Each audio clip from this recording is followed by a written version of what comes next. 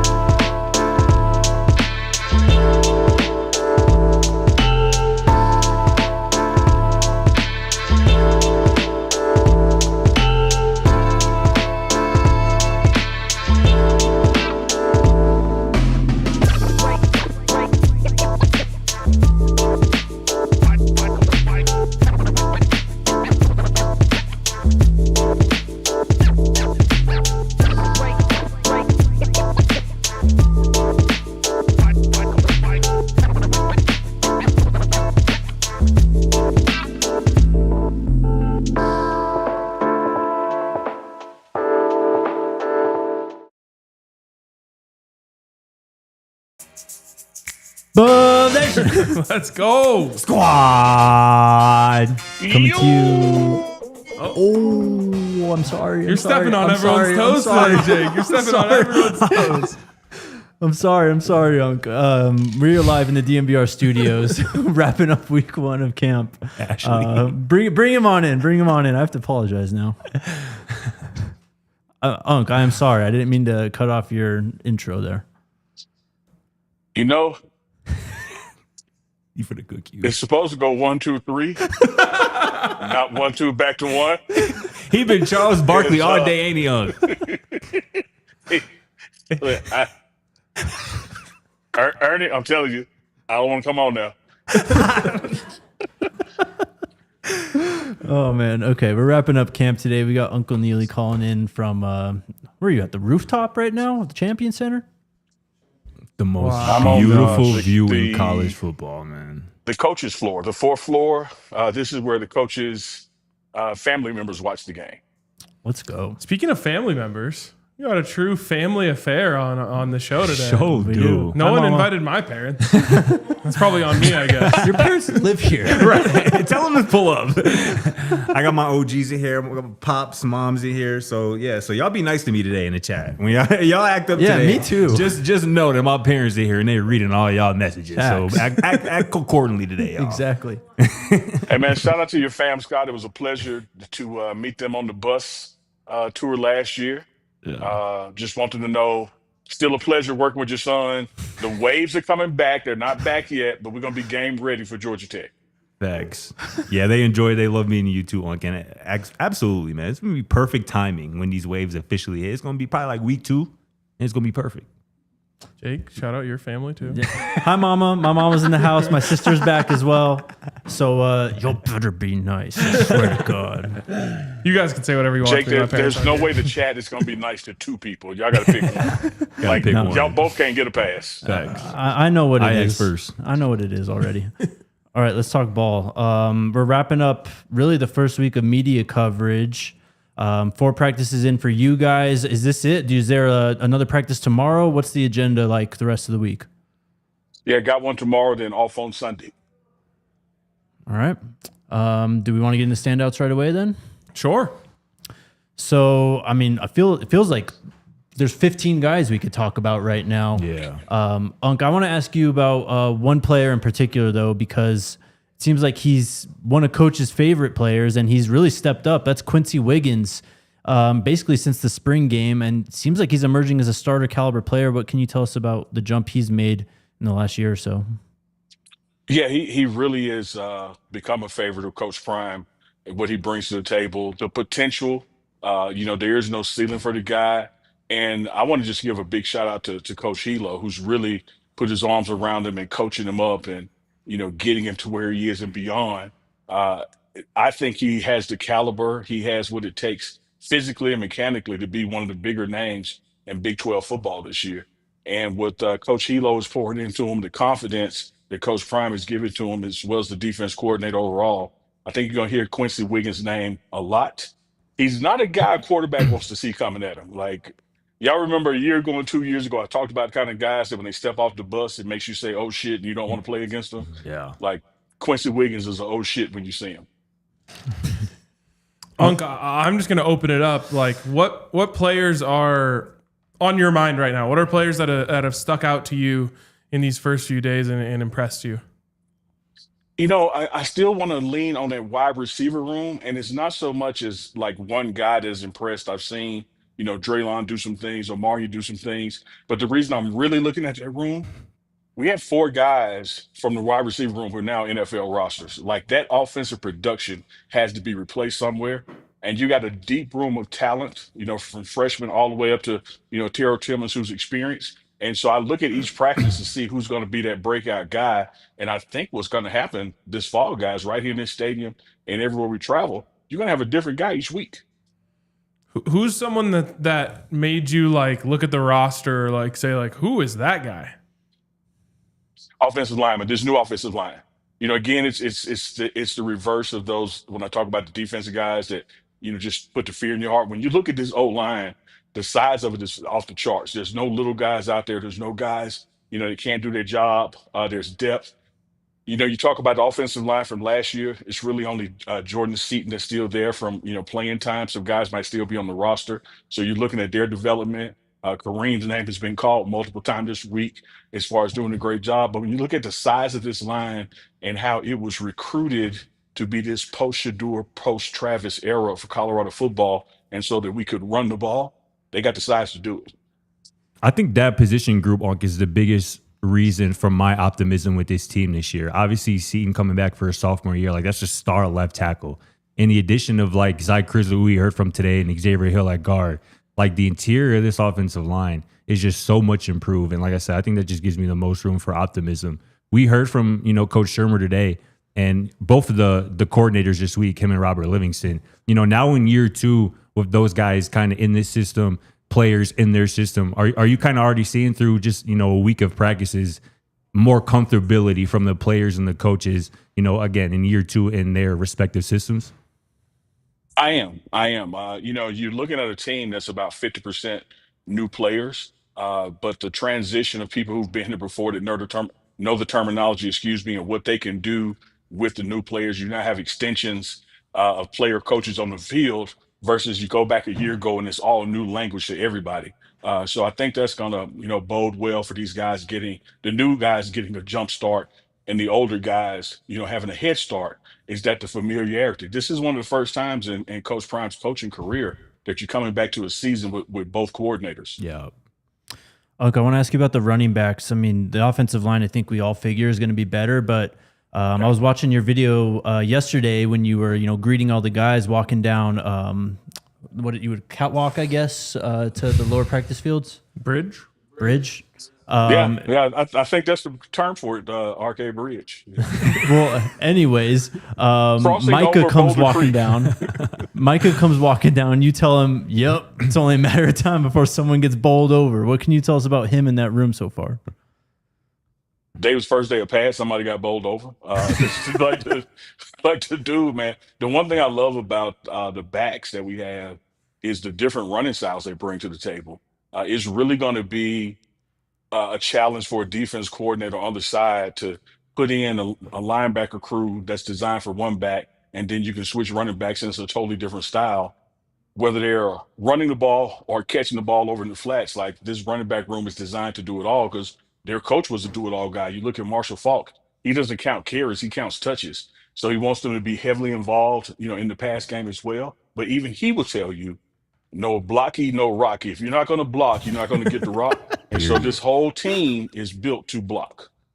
I love it. Unc, damn well everybody out here trying to hear about these quarterbacks. And, you told us earlier that if there wasn't an impressive meter, Juju would be a little bit ahead. Just can you tell this audience kind of why you thought that, and just I guess what you've seen, now that 4 practices are in the books between those quarterbacks? Because he doesn't move around like a 17-year-old. He doesn't walk through the building like a freshman.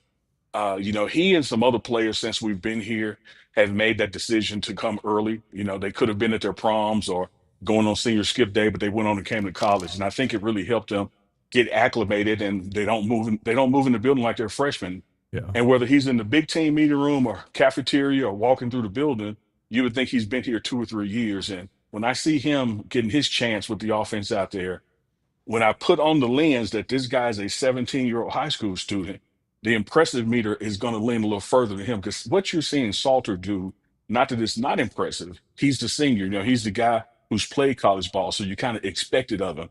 You're looking for that moment of the deer in headlights for Juju because he's a freshman. And although he's made some mistakes, he bounces right back from them. So hats off to him, man. He does not look like a 17-year-old. I was telling Jake this on our drive back from Boulder today, and I was like, I think maybe the thing that impresses me the most about Juju is I think he has like zero performance anxiety.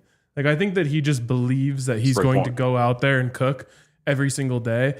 And I think back to like when you were in class and people had like testing anxiety, and the teachers always be like, the more you prepare, the less anxious you'll be. And I think that's like why Juju's like that, because he just puts in all of the work. He puts in so much work. He thinks about this so much. And I'm not saying Caden's not like that. I just had the opportunity to see this from Juju. But I think that's why he's giving off this vibe to people. Like Zy said today, like, yeah, he's younger, but he kind of acts like he's older. Like I think he just truly believes in himself at like an incredibly high level. So he carries himself that way. Yeah, and much like, great point, RK, and much like our previous quarterback, they've been in that position so long, Right. a position of leadership, position of responsibility, so many opportunities before they got here, that this is not new to them. This atmosphere, this environment, the stakes are higher may be new, but having the control and command of those around you is not new to them. You can go as big picture or as, pick a position or player if you want, but over the last 2 years, like if you look at this time last year and this time 2 years ago, what impresses you the most about this team when you put it in that type of context? Oh man, great question there, Jake. Let me put the spotlight on the linebackers. I think that over the years, if you've had a quarterback that you talk about, you've had an offensive lineman that you talk about, you've clearly had guys in the secondary that you talk about. But Coach Hart's room, has been overlooked, for a couple of years. You did have some linebackers transferring and making a little noise, last season. But I think this may be, from freshman to senior, from freshman to transfer portal guy, this may be the most depth and talent he's had in that room. And I'm looking forward to see what that linebacker unit does this year. And so that's who I'm watching, as far as who I'm looking for this particular unit. It goes without saying, Jake. We got to see it happen, but this offensive line has upgraded. We got to see it happen, but this defensive line has upgraded. But people are not talking enough about the talent that's there in that linebacker room. Love that. The last couple of years, we've had conversations around this time in camp. I remember we actually talked to Coach Hart 2 years ago, and he was like, if we had a game today, Marvin Ham would be starting at linebacker for us. Last year, Unc, it was all the way through camp. You said if we had a game today, Charlie would be starting at running back. Is there someone that's kind of like sticking out to you so far where you're like, if we had a game today, this guy would be starting for us? Which position? Anywhere. Running back? Oh. As like a surprise maybe that maybe people aren't expecting. Well, since we started right there, I'll go running back. I like what I've seen from Dallin Hayden in all situations. Each one of these guys have gotten opportunities in different spots on the field, and I like what I see from a diversity of style and what he can do and what he's capable of. I think he's the back that for me has the body to do all things that the other two guys do as well. He could become that bowling ball. He could become those hands out the backfield and turn on the jets. So I like what he's bringing to the table. I tell you, man, offensive line wise, I don't know why the world has forgotten about Tyler Brown. Like, Rock is here. And Rock is still one of the strongest guys on the team. And Rock is determined to be in that first five going out there. And I would not bet against him. The chip that he has on his shoulder, what he's bringing to the table and what he wants to be his final year. I wouldn't sleep on Tyler Brown, man. Would Ben Finnis fit into that category to you? Here's why he wouldn't. There's not anything Ben does that surprises me.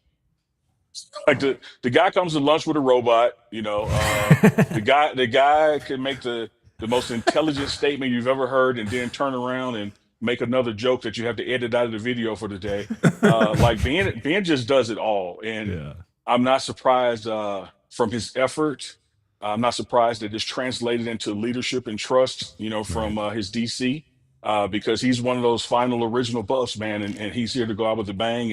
And Ben is, as Coach Prime puts it, Ben is Ben. Facts. Yeah. I guess just last one, Unc. How do you feel about this team in general? What have you liked what you've seen through the first week? How does Coach feel about the first week of practice as well? He's upbeat about it. Now his standard, man, is high. So. I don't know if he's ever this morning. He said, "Good job, had a great practice." Said he wanted to see a little more out the quarterbacks, and I think he got that from this practice. I'll chat with him tomorrow and see his assessment on the first week. But as a head coach, that standard is gonna always stay lofty and keep moving, down the line, so to speak.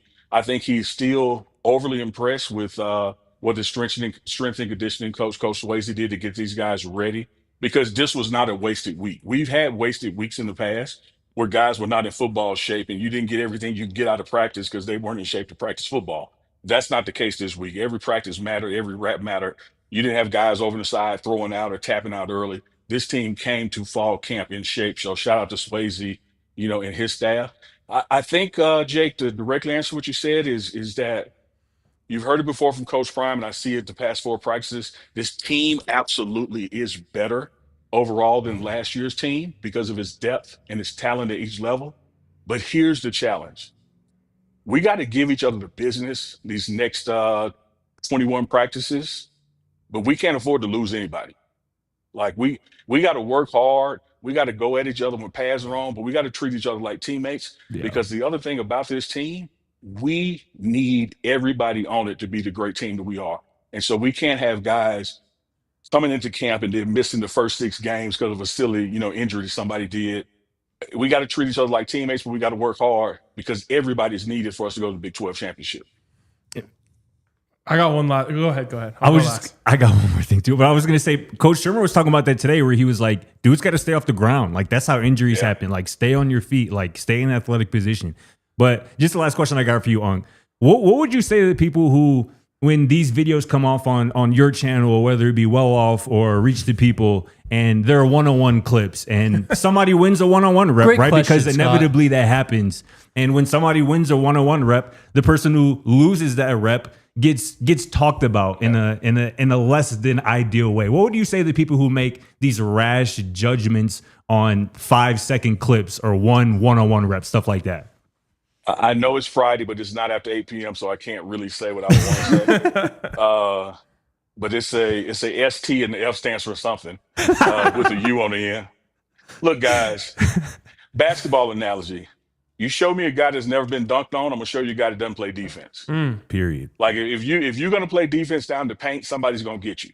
Yeah. And when you're doing 7-on-7s, 1-on-1 reps, and the receiver caliber that we have, man, shame on them if they don't get one of our DBs. And when you look at the DBs that we have, shame on them if they don't get a pick, too. Mm-hmm. So iron sharpens iron. These guys are going to go at it. And in any individual clip or post, you're going to see one guy get the best of another guy, but everybody out there is qualified and talented. And it does not mean because you saw Marion hold off DJ McKinney with one arm and bring it down with the other, that DJ is not a first round draft choice. Exactly. That's not how this works. The best get caught on. How did they bounce back? 2 plays later, he bounced back with an interception.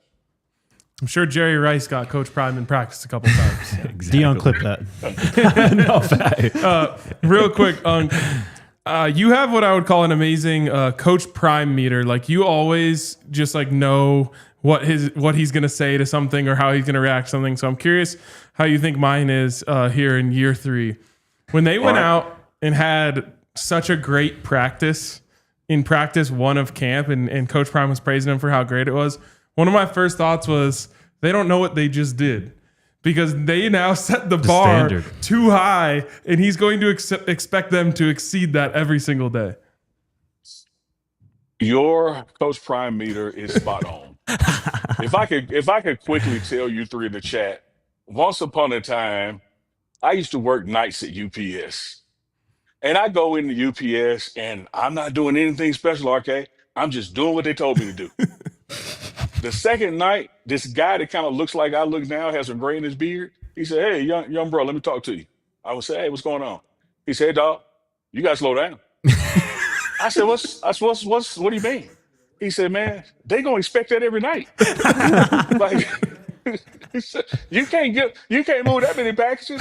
Some nights gonna be cold, some nights it's gonna be hot, sometimes it's gonna be tired. But if you move as many as you moving now, that's your number. Slow down, dog. Slow down, dog. So you're exactly right. And that we talked about that earlier today. That's what coach is looking for now, consistency. Anything that set Travis and Shedeur apart, Cameron Silver and Craig apart was consistency. Were they good and great? Yes, but they were good and great every day. They didn't give you a 4 or 5 and then go back to a 2 or a 3. And so what he's looking for, these guys, Quency Wiggins, who gave you a 4 yesterday, Tafik, who gives you a 4, DJ McKinley, who gives you a 4. Okay, how about giving me 4 4s in a row instead of 2 4s or 3 and a 3? Like, let's get this consistency up where we know what we got and we can count on it. And that's why the standard doesn't change with Coach Prime. You got to keep stacking good days. One weekend, you better believe in RK. Every day next week is going to be juxtaposed to every day this week. It has to go higher. Hell yeah. Awesome. Appreciate you, Unc. Great catching up with you. Great seeing you in Boulder again. And we'll be back in there Monday, man. We're here. Yes, sir. See you guys Monday, man. It was good to have the squad together. RK showed up this time. You had to miss a day last week. But I will tell you this, Jake, I know your mom and sister are there, but they can hear this too. It will always be 1, 2, 3, not 1, 2 back to 1. I will learn how to count, Always. I promise. You have my word. Love, Unc. See you next week. See you Monday, Unc. See you, Unc. Hey, before y'all close my shot, get a last view of that. Hey, Please. There you go. What a beaut. Jeez Louise. Soon Half enough. expecting him to come back mooning the camera. This month, by the way. This month. We'll be there. Yep, Yeah. I beat you to it today. You did. You did, actually. You did. Somebody tweeted at me early this morning, like, "Hey, at Scott Procter, it's August." And I was like, sick. You're the calendar guy now, bro. Buffs play this month. Facts. What a sentence. All right, let's take our first break, and then we'll get to pressers. Shout out to our friends over at Monarch Money. We're all trying to save a little bit extra this year as we go into football season. We got to save up for our football trips, right? Mm-hmm. For buying tickets to the games and all that. But hit up our friends over at Monarch Money. Sign up with the code DNVR at monarchmoney.com. It's like your own personal CFO, really. They're just going to just show you exactly how your money is getting broken down, where it's going to, where it's coming in from. Those pesky little subscription plans we always forget about. Mm-hmm. Find out exactly which one of those is, kind of still taking some money from you. It's named Wall Street Journal's best budgeting app of 2025, and it's the top recommended personal finance app by users and experts with over 30,000 5-star reviews. Get control of your overall finances with Monarch Money. Use code DNVR at monarchmoney.com in your browser for half off your first year. That's 50% off your first year at monarchmoney.com with code DNVR. Also, shout out to our friends over at Toyota. You guys know how much I love my Toyota, and I could talk about it all day long. So today I'm going to talk about, I kind of want to talk about the air conditioning, but I don't know if I could do that for a minute. But it's always, my air conditioning is always on point. It never falters. I never have to wait for it. It's always great. Additionally, I love. I was thinking about if I was going to help you out or not. Additionally, I love the cruise control, the steering, everything. The ride is so smooth, and I'm being completely honest when I say I will own a Toyota for the rest of my life. So if you're looking for a new Toyota or a new car, make sure you check out Toyota by visiting a Front Range Toyota store at a location near you. AutoNation Toyota, Arapahoe and Centennial, Corwin Toyota in Boulder, Groove Toyota in Littleton, Mountain States Toyota in Denver, Stevenson Toyota East in Aurora, and Stevenson Toyota West in Lakewood. Toyota is a proud partner of Colorado Athletics and the official vehicle of DNVR. Let's go places. My parents were in town this weekend. They got a rental this weekend. Toyota RAV4, baby. Let's go. Just drove it a little bit, man. That AC was cranked up. I'm telling you, a bro. smooth ride. You ever, that was my first time driving been in it? someone's car, their AC's kind of shoddy? Yeah, oh, yes. The worst. Totally. Yes. Never even had a moment Like where my AC was crisp shoddy. AC. Yep. You know what I'm saying? There you Shout go. out Toyota. Shout out Toyota. We love them. Shout out to whoever's in the chat who noticed the 156 silent sticker too. You're a ball knower. And just let it go. I know you guys don't know I what it was. is. I won't go say that. This one right here. Okay, yeah, I knew what all the other ones were. That kind of reminds me of that show. What was that show called? American Horror Story. Did you ever watch that? Mm-hmm. That reminds me of one of the characters. My mom watched that. She's a big American Horror Story fan. All right, let's go to pressers. We still have a lot to talk about today, by the way. Really? We were in Boulder.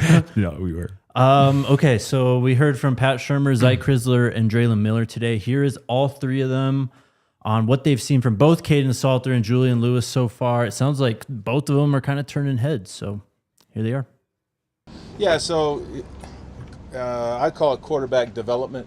I think we'll develop, a plan, who plays and when once we get to the game. But right now, as we go through the installations, we demand that they all learn everything that we're doing. And I see good progress each day. The way this thing works is, especially the first 8 days, you have really 8 installations. So as you can imagine, in the meeting room setting or the academic setting, you teach them something, they go out and practice it. All right, then the next day we teach them something new, and then they got to go back and review, because now the 2 installs apply to that practice, and then 3 and so on. So it's a process. They're both very, very smart guys. Juju obviously is much younger, so this process is, a little bit foreign to him. But Kaidon has got a lot of experience and he's used to it, and I think they're both doing extremely well. With Kaidon and Juju having different skill sets, how did that impact kind of building and installing this offense? Well, we do just like with the quarterbacks, we try to do the things that they do well, right, on a consistent basis. And so that's the challenge, to try to develop a package for both of those guys, and then, make it seamless. So, when we get it, I get it called, they can go out and execute. So I don't think it's a challenge. I think I'm in love with plays that work well. So, when you have a running quarterback, you study and you learn, and we all have kind of ideas of how types of plays, and then you just make them part of your own. I think we all are coordinators, right? Somebody was saying last year, we were talking about, remind me, evolve and refine. Evolve and refine, right? Let's go back to that. And I think all offenses do that, right? And that's why what's fun for us as coaches, to watch things and ideas and try to make them your own, and someday say, well, I was the first one to do that, when we're all lying. Curl flat was one of the first concepts, so everybody runs curl flat and 4 verticals. Nobody can claim that as their own. It's not really adapting, because both of them excellent quarterback, you know what I'm saying? Even though Juju a young guy, but he play as like an older guy, you know what I'm saying? He put in the film work, he do everything as a consultant. So they play together, they do everything together. So it's not no changing, pads, everything the same. They do both, everything together. Yes, sir. Most definitely, even when any other quarterbacks and everyone, Juju's now, we lock in, listen to him, listen to what he has to say. He commands us well. I feel like he's on the right track to being a good starting quarterback. It's a legit competition, it sounds like. That was also a sweet little super cut there. Nice job. Thank you. I don't think you probably put it together, but you found the clips. No comment. Shout out Alyssa. All right. Shout out Dion producing the show. Shout out too. Dion as Going well. crazy. And yeah, I kind of asked around too, is this your true classic quarterback competition where you're rotating in and out, and everyone I've talked to has said yes. So it sounds like they're really kind of pushing these guys and seeing who's going to rise. And as Unc has said, and I truly agree with, now that my Coach Prime meter is up to speed, Dialed. The on-field stuff is going to weigh heavily, but everything else you do, there's an eye on you, whether it's actually Coach Prime or just someone who's watching, making sure that you are acting like quarterback one. Yeah. You have to take on the quarterback one mantra in all facets of your life. And so this is a full on 3-week test of who can do it the best. And kind of how you were saying earlier about how that first practice, the standard was set, right? And you can't dip below that in the following practices.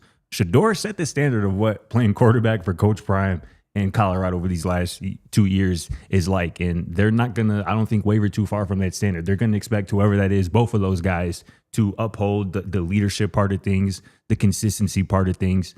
And I think maybe the coolest thing just we've been hearing this weekend, particularly today, is that there is a plan for both guys, right? And that plan is going to look different because their skill sets are very different. And also, too, whether it was, Drelon or the Crisler, they're going to be comfortable with whoever is calling plays or under center for them and leading that huddle, which I think is another important kind of hurdle, especially when you have the age gap of, somebody entering their 5th year of college football and a 17-year-old. That doesn't seem to phase any of those guys in that locker room. Like, they seem to feel very comfortable with whoever's going to be the guy leading them out on Saturdays.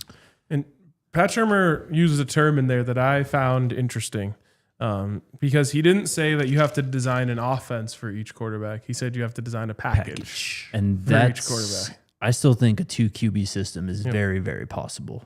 Yeah, and I think when you talk about a package, you're thinking of, you're going to use this. No, a package is like Wildcat. Like, yeah, exactly. You know what I mean? Like a full set of plays, like definitely something that you practice and you kind of build off of, So it is a true competition. We'll see how it goes. I mean, very early days still, but both are going to play. I expect both to play week 1. I think Nandi's on point right there. For sure. They said, I really heard Coach Pat, this is not a competition in the usual sense. They have decided both will play. Caden will start. I think that's what it will be. We'll see. I don't know. And Juju's been balling And recently. I don't think the word start means really much of anything in this context either. Because like you said, both guys are going to play, and it's going to be about when they do get out there, who does the most with their opportunities. Juju's been balling. I've seen great things from both guys. The throw from Caden to Drelon yesterday. It was nasty. The Harge throw on the first day. Yep. And I can't remember exactly how he phrased it, but Pat Shurmur said something along the lines of like when he was asked about getting your best players, he's like, Caden and Juju might be 2 of our very best players. Yes. Yeah, that's what he said. And like, we've talked about that a lot on this show, but I don't know how many teams like this is a really big challenge. And he said it's not a challenge. I think it is a really big challenge to figure out how are you going to maximize both of these. The other thing is like, how are they going to lead while kind of having to share? I mean, this is if done properly, I think it will make this team better. But there's a lot at play there that they have to get right.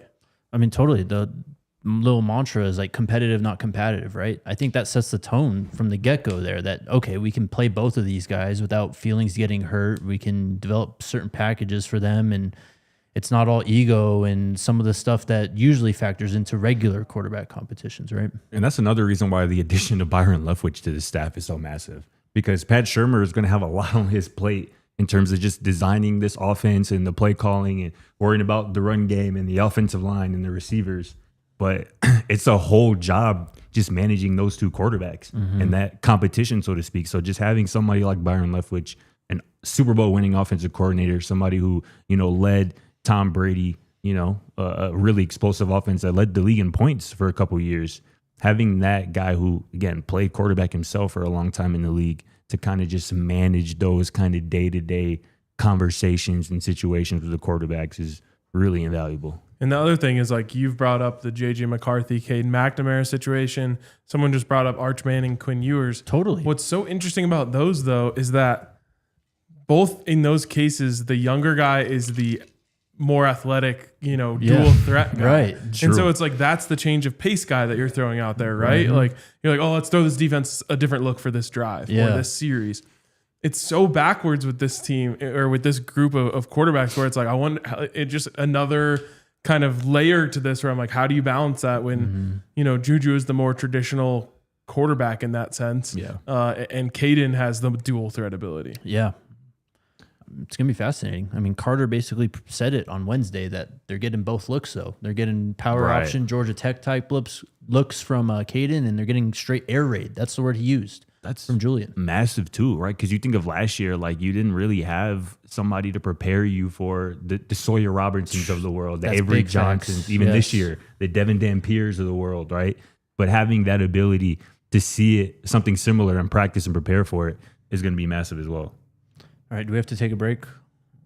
Yeah, all right, let's hit the break. Okay, thank you. Shout out to the homies over at Cake Mortgage, where they make getting a loan for a home a piece of cake. Here's why they're different. regular, banks and all that stuff, they need a W-2 to give you a loan. And if you have any type of unconventional job, you're a business owner, freelancer, content creator. Am I missing anything there? Probably. Because there's so many right now, right? It's not all just about, bringing a W-2 in these days. People are getting money and, getting income for a lot of different places. That's where Kate comes in. They can get you approved with a DSCR loan. That's debt service coverage ratio. It's calculated by dividing the property's monthly rental income by its monthly mortgage payment, making things easier for self-employed investor clients and more. So hit them up in the link in the description. You can call that number right there, 1-888-EAT-CAKE. If you've always dreamed about owning income property or you're building your real estate legacy, call 1-800-EAT-CAKE or head to the link in the description because life's better with Cake. Cake Mortgage Corp, Equal Housing Lender, NMLS number 1734623, licensed in Colorado by the Division of Real Estate. Terms and conditions apply. And shout out to the squad over at Bet365, man. We are going to be at Coors Field tonight for the Colorado Rockies game against the Pittsburgh Pirates. For there's a baseball game going on. There is, yeah. For good old DNVR Friday Rooftop Club. Make sure y'all come out and, slide with us. Have a good time. Should be a good time. But I'm going to be getting in on the action over at Bet365 tonight. Got it. Mainly because of Bet365's MLB early payout offer. Listen to this, y'all. With the Bet365 early payout offer, you're a winner if your team goes up 5 runs. Instantly cashed, instant payout on straight bets, and even parlay selections. They are marked as winners. So download the app, use code DNVR365 when you sign up. Because new customers, they now get $150 in bonus bets when you bet $5, win or lose. Sign up, use that code DNVR365, deposit $10, and place a bet for $5 to get $150 in bonus bets. If your bet wins or even if it loses, bonus bets can be used on the spread, totals, player props, futures, and more. So whatever the moment, it's never ordinary at Bet365. You must be 21 plus and physically located in Colorado. Please gamble responsibly. If you or someone you know has a gambling problem and wants help, call or text 1-800-GAMBLER. Terms and conditions apply. Okay. Still a lot to get to with press conferences. Next up, we've got Scotty asking Pat Shurmur about shifts and motions. I tried. 2025 offense. You did try. I showed try. Lord's work. Here's coach. Yeah, I think we blended in. I don't think it's because he did it in his offense. Last year, let's just call it for what it was, right? We struggled up front, right? And we had 4 wideouts that are now on NFL rosters, right? And so get them lined up, let's go, right? Now, that's one way to approach it, right? And we were able to, throw for a lot of yards and help us win 9 games. For us to win more than 9, we got to do more things, I think. And that's where, whether it's using more personnel groupings, we've developed a tight end room, right? Or doing more things, we'll just see how that reveals itself. He didn't give me exactly the answer I was looking for, but that's kind of what we all want to hear. Okay. You know what I'm saying? He talked about, listen, last year He was said yes, by the way. He did, yes. He talked about last year, like, there was a unique situation. You had arguably the best quarterback in college football. You had let's call it a leaky offensive line, and you had 4 NFL receivers. It's like he said, you're going to line it up and get lined up and let's go. But this team is just a lot different in terms of personnel, in terms of the guys that you want to get involved and whatnot. So he talked about it there, right? The development of the tight end room. Zach Atkins is looking like a problem. We've seen Charlie Williams make plays. Unc was mentioning Brady Kopetz early today as somebody who was standing out to him. So the addition, the development of that tight end room, the running backs are going to continue to be evolved because that's what we've been hearing too, right? There's a real emphasis on the running game this year from top down, from Coach Prime on down. And the improvement on the offensive line is going to help with that. But that's what I'm expecting. That's what I want to see. That's what I got to see. Yep. More pre-snap motion, more pre-snap shifts and whatnot to keep the defense off kilter. And it sounds like, Coach Shurmur, that's on his mind. And it's something that we're going to see a lot more of this year. I'm of 2 minds about this. On one side, he said, yes, we're going to have more motion today. That's what I heard. Or this year. On the other end, his reasoning for why they didn't use it last year made no sense to me. None at all. Well, it made no sense that we didn't have it I last know, year. but it's like, yeah, you have Jimmy and LeJontay out there. Run them across the formation so that the defense is scrambling to try to keep. Well, what do you mean Or we had Travis Hunter, who literally every single player everyone is is looking at? Yes. So I kind of got what he was saying there, being like, yeah, we had 4 great receivers and a great quarterback, and our line struggled. So we just wanted to line up and throw it. But I'm like, Did you think that type of stuff would help the line? Yes, that's what I thought too. So it just made me pause for a second and be like, okay, well, I'm just going to have to wait to see it to believe it. For sure. Because I didn't like the reasoning. Yeah. No, I mean, I totally get that. And I mean, Pat Shurmur just doesn't really shoot straight on the podium, honestly. Like, I think He's a head coach of the New York Giants. Of course, yeah. He learned how to dodge the media. He was better today. I think we did learn a lot from him, but I mean, that's just who he is on the podium. Like, he's just not going to give you much, honestly. So, Yeah. it is what it is. Here's Zy Crisler. He's playing right guard. He's got a new right tackle in right now. We're still waiting on Phillip Houston to return to the field, but here's Zy talking about his impression of Larry Johnson III. It's great. It's great. Larry big, man. Larry big. So I like, backside B's and everything. We be moving, guys. You know what I'm saying? That's what, about 600 pounds, So we moving. We're going vertical, everything, man. It's great playing against, playing with somebody that have played, good ball and, doing our thing. We do our thing. Yes, sir. Man, we haven't talked about this yet. This offensive line has a real chance to be one of the biggest offensive lines in Power 4 this year, though. No doubt. I mean, the irony of that large individual calling another man a big man is kind of crazy. Like, both them boys are 6'7", in Larry Johnson's case, 350 plus pounds. In Zy's case, like 340 plus pounds. Like he said it there, like that's 600 pounds, on a double team coming down, somebody in the B gap or something like that. And again, like I mentioned earlier, Zy, Xavier Hill, and obviously Seton coming back for his sophomore year, those 3 guys give me the most reason for optimism about this team this year. Like, they just didn't have that last year. And that was the biggest thing missing from the physicality, obviously their running game. But I love everything I've heard from Zy dating back to the spring. Crisler was throwing kids out the club yesterday on Well Off. Yo. Did you guys watch SpongeBob? Of course. Of course, bro. You remember who the biggest, most jacked person in that show was? Larry the Lobster? Larry the Lobster, bro. Oh my God. He's big. I'm dead. Is that his new nickname, bro? Just throwing it out there. I'm just throwing it out there. I mean, even Larry, though, he's had a couple reps, through fall camp where it's like, Colorado ain't had a right tackle doing Violent. that. Yeah. Don't let Larry the Lobster get those claws on you, bro. Stop.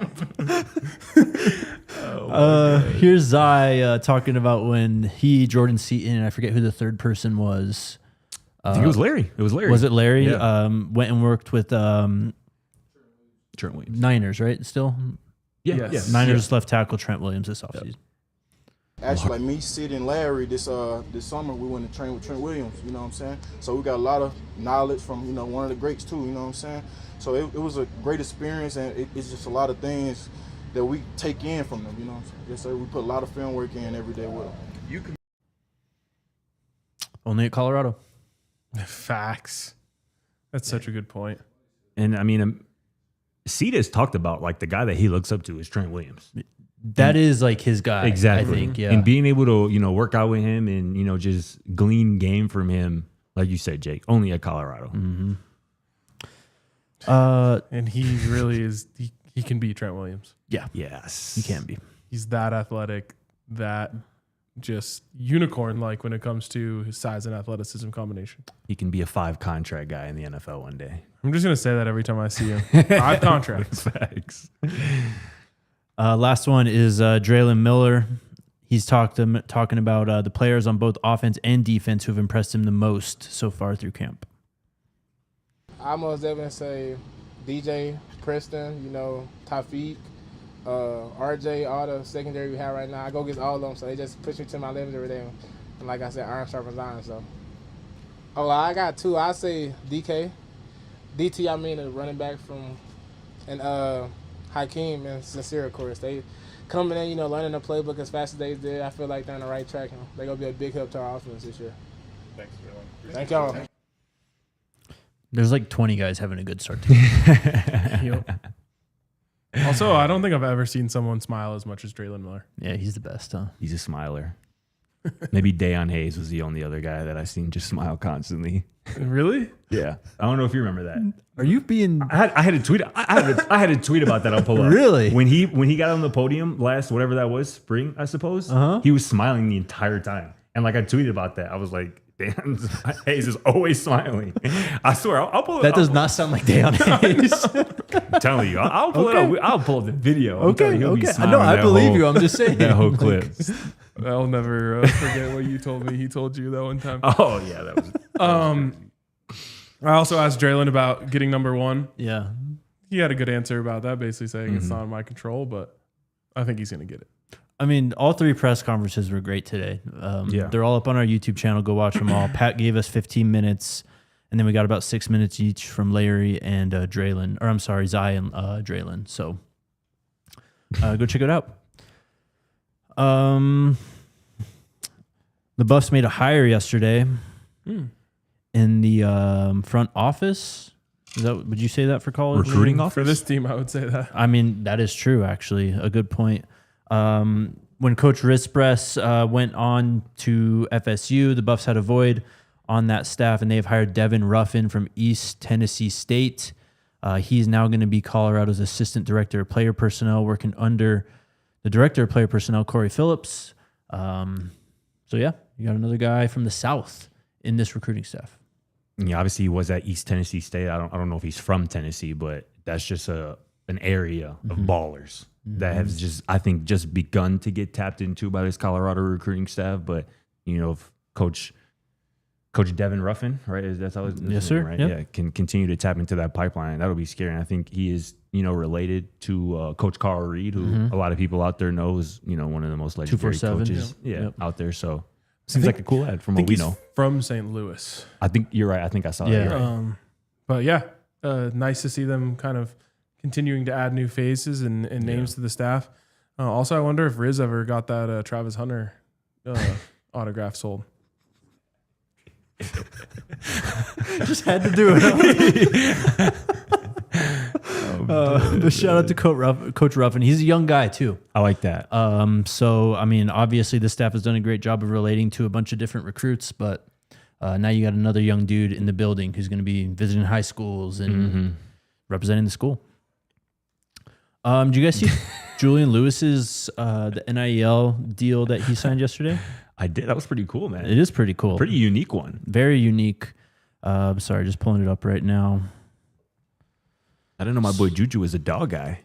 So yeah, Julian Lewis is partnered with the Humane Society of Colorado, basically to help families care for their pets when emergencies happen and all that stuff. I mean, what an NIL deal. You get to hang around puppies, basically. Yep. Hell yeah. Awesome. I mean, my family's actually been involved with the Humane Society my whole life. So Nice. Definitely a cause that's near and dear to my heart. Yeah, I mean, Juju scoring more points with me. What else is there? That's real NIL right there, too. How it was intended. You feel me? Colorado has real NIL. Yeah. People don't understand that. It also reminded me of, we just referenced it yesterday, but when Jalen Ellis was on with us, remember the Jalen Ellis dog rescue story? Oh, yeah. That was crazy. What was that? Yeah, you So- were probably a little before your time. Yeah. Definitely. Jalen Ellis was just going on a hike in Boulder and literally like in the middle of the woods, like way up on a mountain, just found like a random stray dog, like Wow. an old stray dog. And the theory like that the Humane Society said was like they thought literally someone like took it up there and left it there on Yeah. purpose. And That's crazy. Jalen rescued it and then like adopted it. Wow. Yeah. Wow. I wish I could remember the dog's name, but yeah, he talked about it on the show way back when he was on. Like Miracle or Hope. Something like that, yeah. That's crazy. That was last... No, that was when he was on the team. So 2 summers ago. Time's flying. Yeah. Yes. Did you know him? No. Yeah. Can you pull up the offer letter, Dion? 2026 offers went out today. Officially. Can you kind of zoom in on this so at all? hard, bro. So zoom in on the right side. This is my favorite part. This is like taking one of those things out of a binder that collects all the trading cards and stuff. Facts. So you got Pat Shurmur, of course, Coach Prime. That's Andre Girard. That might be another Andre Girard, Marshall Falk. Even Gunner's got a card there. Coach Probably Bartoloni. Big George. Could be Big George as well. Yes, good one. Yeah. And then Coach Prime again on the top left. And then just, I think it's the Hall of Famers top middle. So Coach Falk Sapp. That's Then cool. On the left, you have all the players in the NFL. Yeah. Active players from CU. And of course, you still have the CU Louis print watermark on there. It's a staple. Our guy Derek Merkel went crazy Hell yeah. once again, and he put it out last night. I love when people just share that they're proud of something they created. But he said like this is the best one yet, and I think he's right. He was not lying. Even the bottom part, which also folds over, is like the flat iron. Yep. So just every single tough. piece of this is thoughtful. And this is Josiah Manu's offer. He is the 3-star tackle from Colorado who's committed to San Jose State right now. Okay. Can you pull up the QB tracker? Here we go. Who wants to start? Kenny Pickett was, what they say, he was practicing today, or he was there but wasn't practicing? Who knows? days Who he was cares? back? Like he was back, but he wasn't practicing It'd for technically real. be 6 days. Okay. You sure? So we're almost at a week. We'll see, bro. We're at- We'll see. But I mean, you know, we're a week away from the Browns' first game, right? are we? We are. Is it Friday? Yes. Time. He's got time to come back, man. We'll see, man. Jake was right, maybe. Listen, I'll say to our audience what I said to you guys. Well said. Do it. Shedeur Sanders has never gone 3 for 14 throwing a football in any situation ever in his life. I would bet everything on that. He could throw left-handed and do better than 3 for 14. 3 for 14 is crazy. Dylan Gabriel put up a tour date. Shedeur kind of did too, but that's actually 70%. So did Flacco. And that's why I ain't never tripping about this, bro. Like, come on, bro. We know who Dylan Gabriel is, and he is showing us who he is. It's only a matter of time, y'all. I've really seen like Cleveland fans and media, fans more than media, but media even a little bit start to turn the corner and realize that Shedeur is a cut above. And there's even started to be some reports that are matriculating out that like Shedeur Sanders is impressing in the building. He's ahead of where they thought, which like that's just because they're not very smart. But I think we've turned a corner. These clowns, bro. Wasted a 3rd-round pick. Tried to build him up. Yep. And now you're getting what you deserve when you took a bad quarterback in the 3rd round instead of like we should be having this. The narrative right now should be like Joe Flacco is like training Shedeur Sanders right now type of thing. You know what I mean? Like he should be mentoring him. I know Joe's kind of talked about that and he's like, that's not my job type of thing before in Denver. But like, I'll tell you what the narrative should be. It should be that Shedeur and Travis look great together on the Browns. It was right there. they for him fumbled to the do it, bag bro. so They really It was do. right there for him. and they're gonna luck into Shedeur now because of the Kenny Pickett thing. And now Dylan Gabriel he's just throwing it away. yeah. Is it? I don't want to start anything. Is it lucking into him if they drafted him though? I don't want to get into this. I don't want to get into that. this. That might open up a can of worms. I don't want to get into this. We don't gotta go It's there. okay. It's a little bit of both. I agree. It is. It is. It is. Actually, you know what? I do have a thought on this because I actually had a pretty big tweet that went out, right? Like criticizing Jimmy Haslam. And it's like, honestly, if someone told me that tweet was going to blow up as much as it did, I don't know if I would have sent it because it's like the Browns are getting all the hate for what the rest of the NFL did when what you said, where it's the Browns who actually took them. But it's like, Yes. so it's just like this weird situation where it's like, I really don't know how to feel about it sometimes. But you actually weren't giving heat to the Browns in that tweet. It kind of was. Kind of was to Didn't their you say owner. like didn't you say like he doesn't want to take credit for going against the Doesn't want to admit to it. Rather, yeah. It was obvious. It was pointed at Jimmy, but it was more Yeah. pointed at the NFL owners. Yeah, that's too. how I read it. I didn't really read it as a Browns criticism as No, much as a NFL criticism. No, of course, but like it's just such a weird spot to be in where it's like the Browns should almost be given credit for it. that's where I'm. But, That's where like, I'm kind of at. Not giving them credit, but it's just like it's hard for me to be mad at the team that did what we all wanted somebody to do. Right, but then they have this whole thing going on in camp too, so that's why it's like I don't know. It's just so weird. It's so weird. Yeah, I mean, I don't know. The Nuggets drafted Nikola Jokic in the second round, and he changed everything for us. I think they might get similarly lucky. No. We got about. Do we have time? 5 minutes? Yeah. Yeah, let's hit it. What? Yeah. We're not going to OT, We are. It's 4:30. but we start at 3:35. Okay.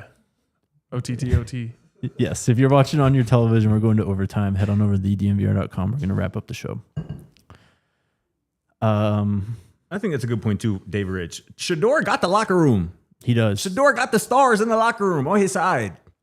You can't lie to the people in the locker room. Have we seen him throw a pass to Jerry Jeudy though? No, bro. What are we Like, doing? What are we doing? What are we actually doing? David and Njoku. Like, they have some guys on the outside. We're actually, that's crazy. That's what I'm saying, But though. it's coming. It's coming. Don't worry. Let's just go to the Twitter chat. Chatsky. Super chats. What's up, Eric? What Chef Solomon been up to? Oh, man. Cooking. Oh, that was Literally. Unc actually had a video of the kitchen cafeteria not too long ago. Yeah, he was making po' boys the other day. They looked unbelievable.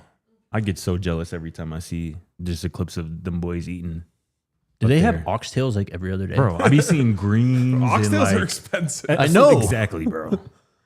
I'd be like, my God.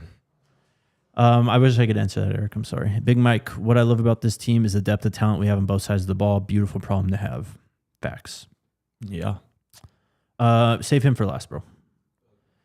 East Coast Kev, are people ready to admit that DJ McKinney is not it? I don't want to hear everybody gets beat in practice. He's been getting beat every day.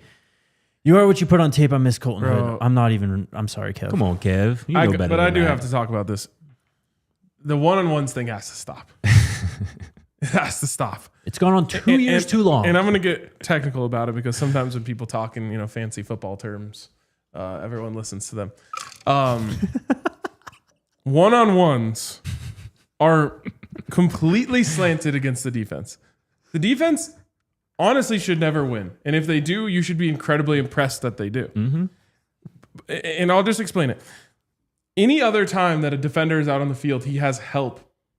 Usually always. Even if you're out on the sideline, you have the sideline as your help. Yep. And and they are even yelling at one of the players the other day because he went inside when they're like, normally you would have help in there. But when you're out on an island and there's literally no one around you, the wide receiver can go any way and you have to cover them.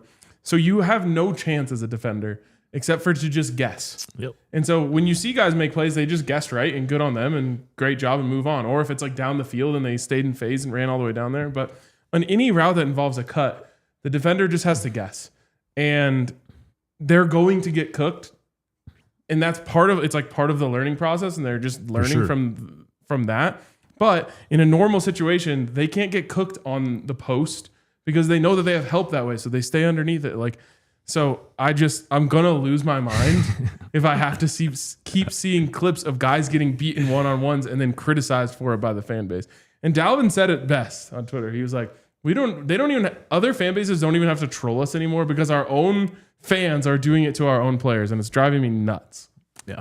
Well said, bro. And that's obviously why I asked Unc about that earlier, because it's just become a problem, an epidemic, if you will, just about people seeing one clip and making complete judgments on a player and their skill set because of a one-on-one rep that, again, it was designed against them to lose pretty much. And 7-on-7, more so one-on-ones, but particularly 7-on-7 as well. Like, every ball should be completed pretty much. Yes. There should always be completions. Yes. So when you do, like you said, when you do get a DB make a good play, it's more often not either just a really good rep by the defense, a poor pass by the quarterback or something like that.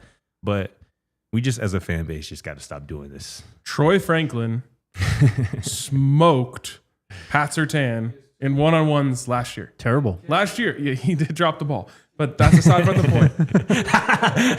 He cooked him. And Troy Franklin was one of the more criticized rookies on the Broncos, if not the most criticized rookie. Did everyone start saying Pat Surtain's trash? No. They should cut him. It's just, look, this is simple math. We are reacting to like a 7-second clip out of a 2-hour practice. Yeah. In what way is that at all representative of what the player actually it is? It's not. Yeah. Thank you, though, Kev. Thanks, Kev. Right? Thanks, though, Kev. You know we love you, Kev. You know we love you. Kev also again says, I'd rather see Shedeur get traded somewhere better. Cleveland has bad management. He can maybe go to the Colts or Dallas. Dak ain't worth a bag of coach. Wow, that's insane. That is crazy. Again, I thought about this too, though. Like people saying Shedeur get traded to somebody that didn't want to draft him. Well, that's what we're talking about. That's he's the thing. Way behind the 8 ball. This season would be basically be punted. Exactly. Of course. Yeah. Exactly. Like people don't really want that. No, he has to like push through at least this rookie contract in Cleveland. Yes. He has to. And he will. Don Peasy. I mean, you did see like, wasn't it? Did Joe Milton get traded? Yeah. So like that does happen But sometimes randomly. he played his rookie year in New England Yes. still. Yes. It was on his rookie contract, though. I think that's what you're saying, right? Yeah. Mm-hmm. I mean, yeah, that can happen for sure. It's just that. Where is he now? Oh, he's with the Cowboys. Right. Yes, he is. So yeah, take them out of the mix, of that Yeah. hypothetical conversation. Yeah. Don Peasy says Dylan's little bro. Gabriel has no business running with the 1s and 2s. The fact that he has proves the Browns are poverty franchise. Yep. I'm done talking to the Browns today. Me too. Eric, thoughts on Micah Parsons, future Bronco? That is pretty crazy, though. I would be pretty heartbroken if one of my favorite players went on and was just like, "Thank you, Denver," while they're under contract. Imagine if Vaughn did that. Yeah, I mean, Vaughn photoshopped John Elway out of a photo. Yeah. That hurt. Imagine you're just a diehard Dallas fan and you just watch Luka Doncic get traded and you're on the verge of seeing Micah Parsons leave the Cowboys. Could you just imagine the you pain? got Cooper Flag. Relax. I mean, sure. Thoughts with the LLS. But it's like, damn, dog, can't catch a break. They did, yeah. I do think he just ends up back with the Cowboys, though, and this is all just noise. Probably. I mean, Micah Parsons did Myles Garrett did the exact same thing this offseason. Exactly. We fully believe they said if you trade Luka to the Lakers, we'll give you the number 1 pick, right? Of course. I mean, it's hard to say that wasn't orchestrated. all right. It's hard to say that. Which league has the most collusion, the NBA or the NFL? It's got to be the NFL. I agree. Yeah. Yeah, they're the collusion kings. But do you remember, have you heard the clip of like Shaq talking about his NBA draft lottery? Oh, yeah. And he said, what was his name at the time, the commissioner? David Stern. David Stern came up to him and said, do you like a warm weather city or a cold weather city? And it was Orlando and I think like Minnesota or something. Next thing you know, he says warm city. Orlando's the ping pong ball that comes up with the lottery. Yeah. Yeah, more money, more collusion, and there's more money. Yeah, in the NFL. Exactly. Yeah. Precisely. Heaven's Demon says, RK, can you please rank your favorite cream cheese flavors? Is whipped cream cheese acceptable? Happily.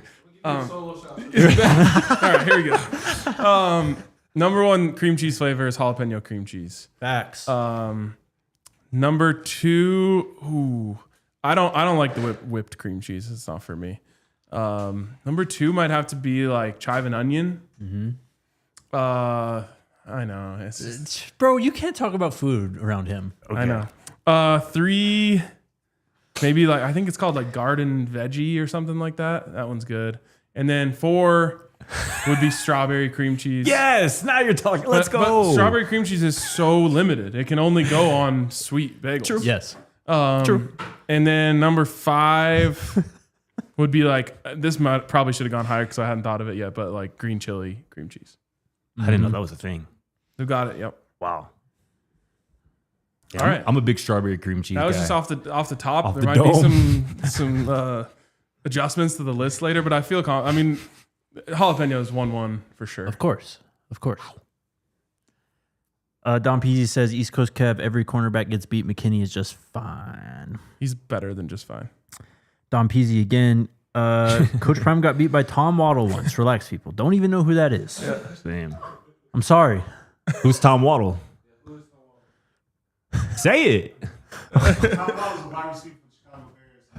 Oh, Waddle and Sylvie? Waddle and Sylvie? That's him? Oh, okay. I thought you was a Browns fan, bro. or a Bears fan. Look at you. I mean, you are a Browns fan. That's why you don't know your Bears history.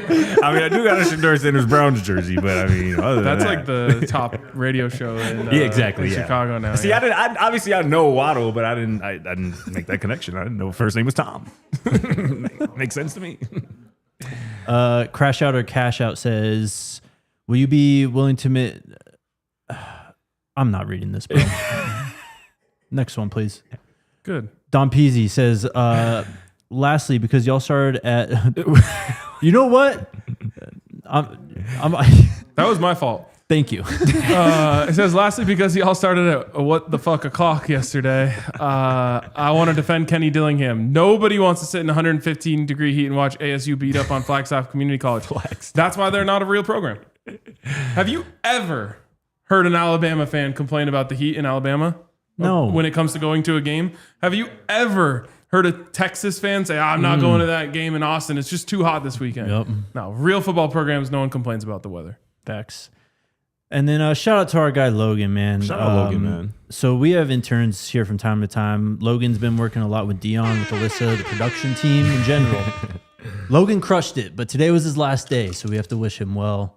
But yeah, that guy's awesome, man. Yeah, he absolutely killed. And honestly, I feel like there's a new pipeline of athletes Definitely coming in. And I mean, I think that the work ethic is just different from these guys who had to go to these 6 a.m. workouts and then balance that with school and then try to have a social life and then back more football. Like, or in Logan's case, basketball. But Hooper. Yeah. Yep.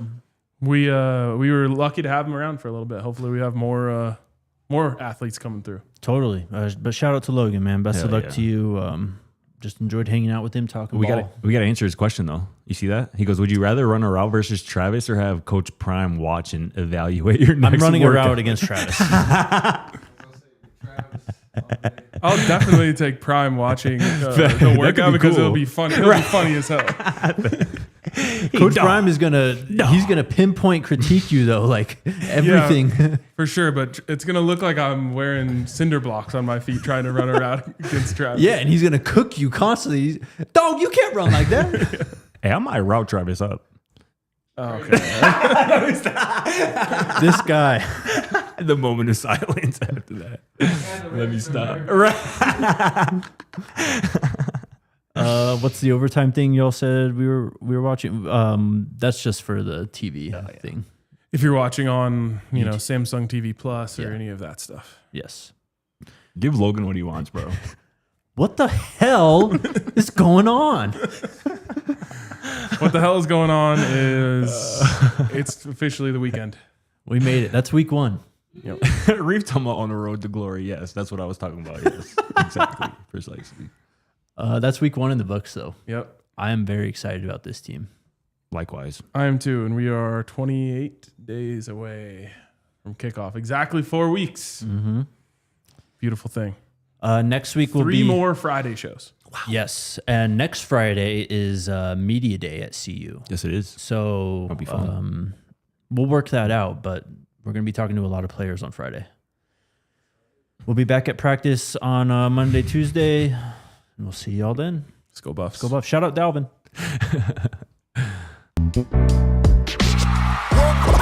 We all silly like the mayor.